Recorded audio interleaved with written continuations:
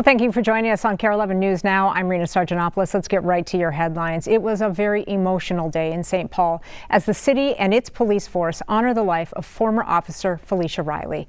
She passed away earlier this month, 15 years after being forced into retirement following an assault in the line of duty that left her with a traumatic brain injury.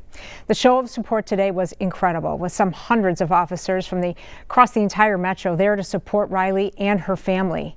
During the service, St. Paul Police Chief Axel Henry announced that Riley is posthumously receiving the Medal of Valor for her service with the department.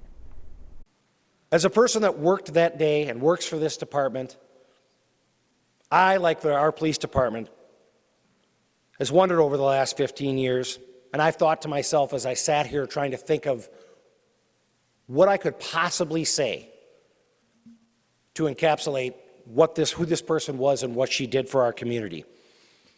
I thought about that struggle. I thought about a 15-year struggle.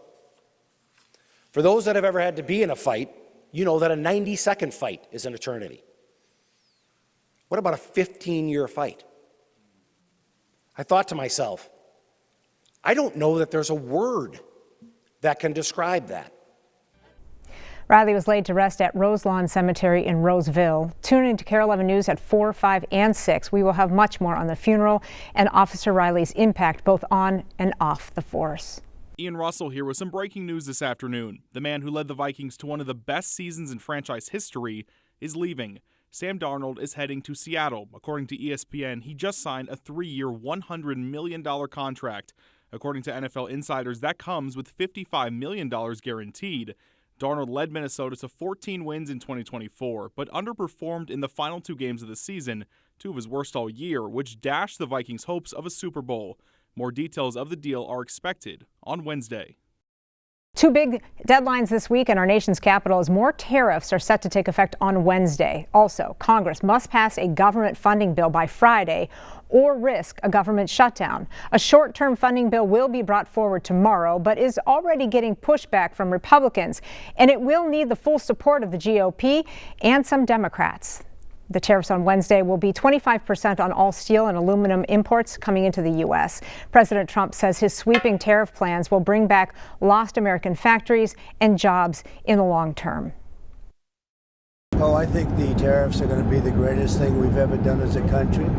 It's going to make our country rich again. We have many companies, as you know, auto companies are opening up plants now. We've had 4 or 5 announced already, but many more are coming. And we're basically going to take back the money, a lot of the money that we've given away over many decades. Meanwhile, American farmers are facing tariffs today on many products that they send to China. The measures include extra 15% duty on chicken, wheat, corn, and cotton, and a 10% on items including beef and soybeans. As the trade war in the U.S. and Canada heats up, Canada's Liberal Party has elected a new leader, happened over the weekend, to replace Justin Trudeau as Prime Minister and to take charge of confronting those threats posed by President Donald Trump. NBC's Jay Gray has the details from Ottawa. Well, look, the back and forth over tariffs and the trade war between the U.S. and Canada intensifying and sparking what is a sense of nationalism across this country right now. Protests at the U.S. Embassy, fans booing the American anthem at hockey games, shoppers boycotting American goods, American liquor and wine pulled from the shelves of government liquor stores, and vacations to the U.S. even canceled. This all unfolding as a new leader takes control of Canada's Liberal Party, members overwhelmingly endorsing banker Mark Carney, who will become the interim prime minister as Justin Trudeau steps aside. Carney urging Canadians to stay united. I know that these are dark days. Dark days brought on by a country we can no longer trust. We are getting over the shock, but let us never forget the lessons. We have to look after ourselves. Now, since he's not a member of Parliament right now, Carney is required to call a federal election. He'll be challenged by conservative Pierre Poilievre, someone President Trump has said that he would have an easier time working with. That's the latest here in Ottawa. I'm Jay Gray. Now back to you. New today, the U.S. Agency for International Development has been gutted. Secretary of State Marco Rubio released a statement on social media saying 83% of USAID will be canceled. The cuts come after a 6-week review, and Rubio said the programs that remain intact will be placed under the State Department. USAID has handed out billions of dollars worldwide every year to help combat poverty, fight diseases, and provide support to areas hit with natural disasters and, of course, famine. The Trump administration had repeatedly called for dismantling it, alleging that much of those funds have been misused. Well, for the residents of District 40B in Roseville and in Shoreview, the wait is nearly over on their House seat. Tomorrow, voters will head to the polls in an election that will decide the balance of power in the House.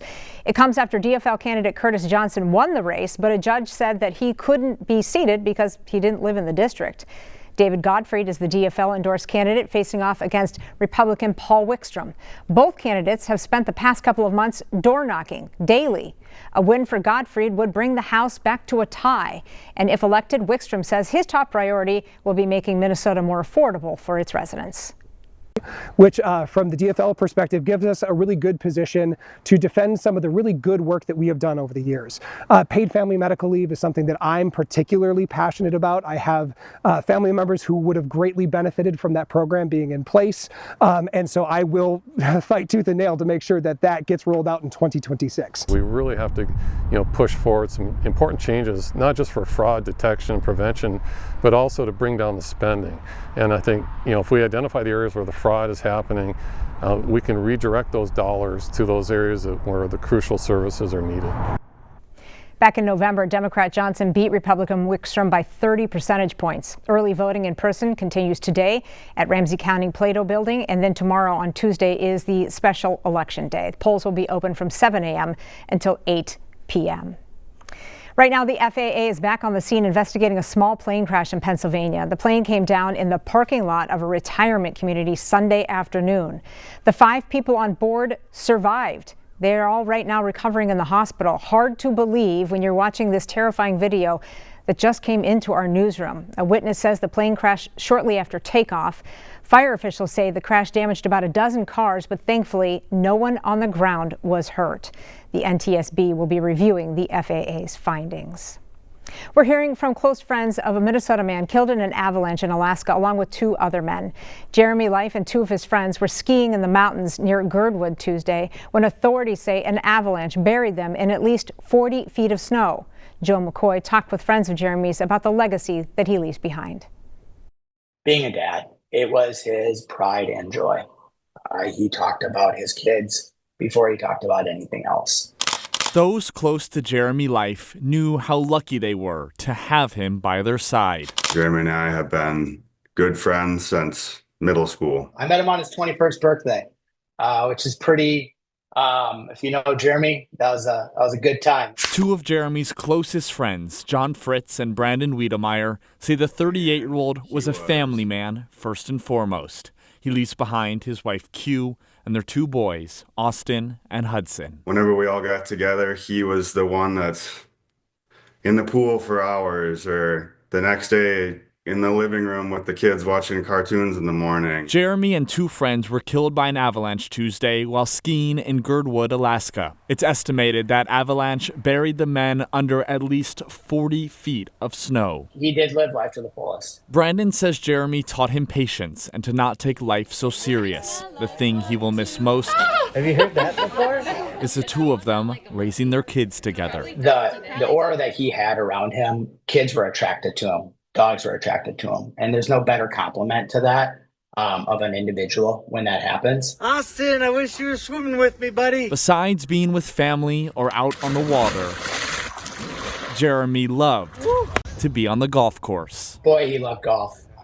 And his favorite thing was he swung hard. And he swung as hard as he possibly could. It would go 300 yards dead straight, and it was a thing of beauty, or it would go 300 yards dead in the woods. A husband, dad, and best friend who never lost the kid at heart. It's going to be tough, explaining to our children the magnitude of what he has touched in our lives. Switching gears now, we are entering our second full week of the KARE 11 Food Fight. We've partnered with the Salvation Army and Cub Foods to help families struggling with food insecurity with the KARE 11 Food Fight, and we are now raising both money and non-perishable food items, which you can drop off at dozens of sites around the metro. Team Bell still in the lead with more than $3,500. Combined with Team Julie and Team Reggie, all of you have helped us raise more than $6,300 so far. Now, if you'd like to help, you can just scan the QR code that you see there on your screen or simply visit KARE11.com/give11. There, you can pick a team and learn how to donate. The KARE 11 Food Fight runs through March 26. Well, stick with us. More news and weather coming up after the break.